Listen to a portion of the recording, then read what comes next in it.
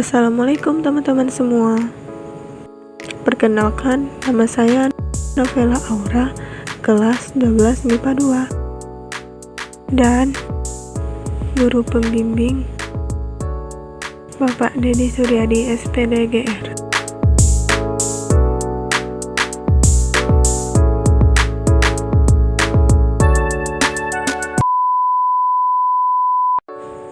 Fakta menarik tentang Terelie. Terelie adalah nama pena yang digunakan oleh penulis bernama asli Darwis yang lahir di kota Lahat, Sumatera Selatan pada tanggal 21 Mei 1979. Ia memutuskan untuk menggunakan nama tersebut karena terinspirasi dari lagu India. Lagu India yang dimaksud rupanya muncul dalam film berjudul Verzara. Jika diartikan, Terelie bermakna untukmu, untuk teman, kakak, adik, ibu, bapak, dan tetangga, tapi di atas segalanya hanya untukmu. Sebelum mengecap manisnya popularitas dan keberhasilan sebagai penulis, Darwis kecil bercita-cita untuk menempuh pendidikan setinggi-tingginya.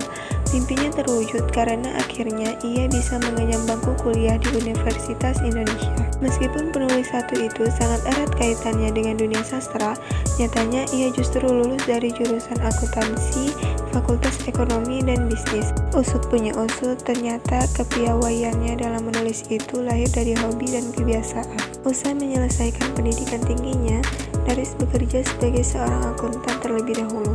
Selama beberapa tahun, tepatnya pada tahun 2005, barulah ia menelurkan karya pertamanya, yakni hafalan sholat Delisa sebagai Terelie. Selain dikenal sebagai penulis serba bisa, Terelie juga diketahui senantiasa menjaga privasinya.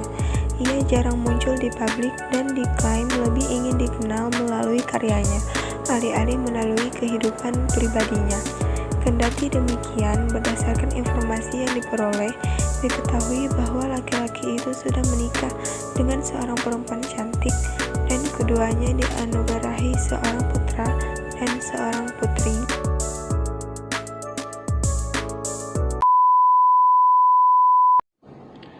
Sebelum kita review novelnya, yuk kita unboxing dulu.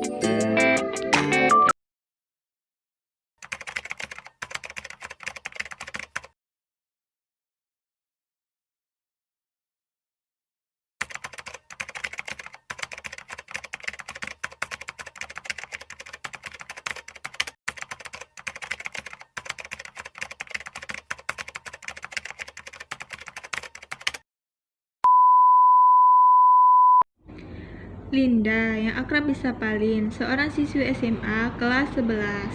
Terlepas dari dia yang keras kepala, egois, jahil, Lin anak yang pintar, mandiri, dan pekerja keras. Serta dia juga menjadi panutan teman-temannya di sekolah. Dia bekerja di studio fotografi milik paman, adik dari bundanya sendiri, yaitu yang bernama Om Bagus. Kemudian direkrut oleh fotografer terkenal, temannya Om Bagus, idolanya sendiri, yang bernama Bang Dete.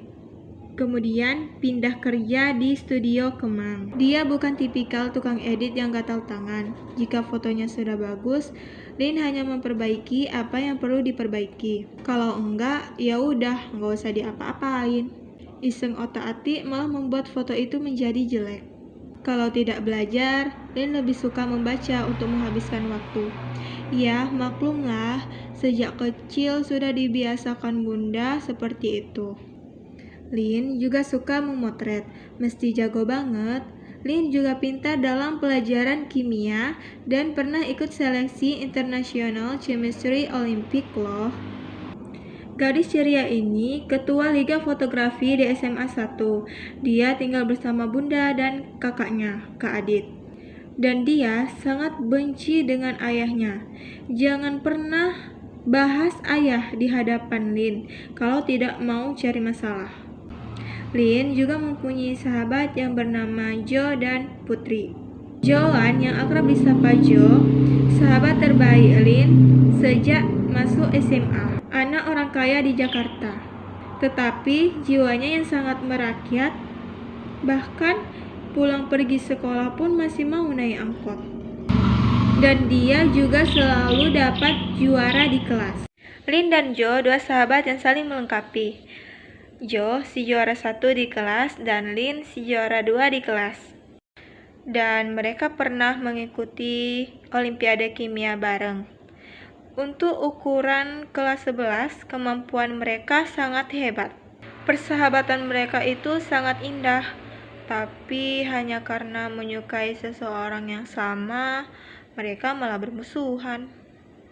Tak hanya persahabatannya dengan Jo yang seru, persahabatannya dengan Putri yang merupakan pindahan dari SMA di Bali juga pastinya gak kalah menarik dong. Dia merupakan anak yang cukup misterius dan sering mengunjungi guru BK. Kira-kira masalah apa yang dihadapi Putri? Apakah ada hubungannya dengan Lin? Siapa cowok yang Jo dan Lin sukai? Dan bagaimana cara mereka memperbaiki hubungannya? Dan mengapa dengan ayah? Jika kalian penasaran, temukan jawabannya dengan membaca novel Rasa ini. Berikut beberapa kutipan-kutipan favorit saya pada novel Rasa.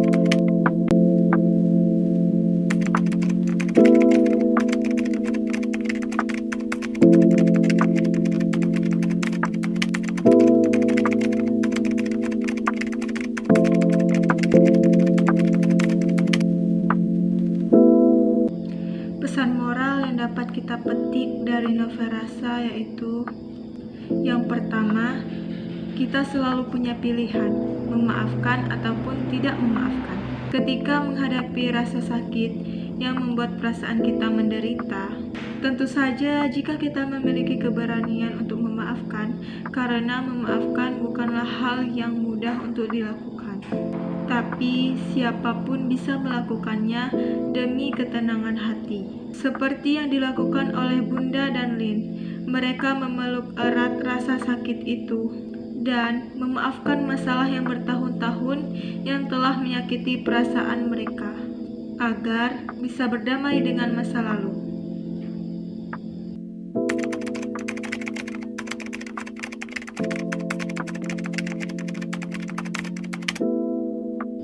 Yang kedua, bangga dengan proses belajar. Lin yang sangat tekun mempelajari dunia fotografi meskipun kameranya yang tidak memadai, tapi kemampuannya dalam bidang fotografi tidak perlu diragukan lagi.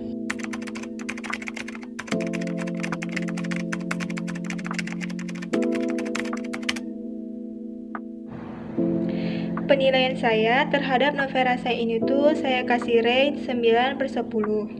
Karena novel Rasa ini tuh merupakan karya sastra yang sangat luar biasa. Dengan tema yang kompleks, karakter yang kuat, dan bahasa yang mudah dipahami, novel Rasa ini berhasil menyentuh hati saya sebagai pembaca. Meskipun terdapat beberapa kekurangan-kekurangan di dalamnya, novel Rasa ini secara keseluruhan sangat direkomendasikan untuk dibaca. Jadi, tunggu apa lagi sih? Ayo beli dan baca. Nah, itulah tadi review novel dari saya. Semoga teman-teman tertarik untuk membacanya ya. Sekian dari saya. Bye-bye.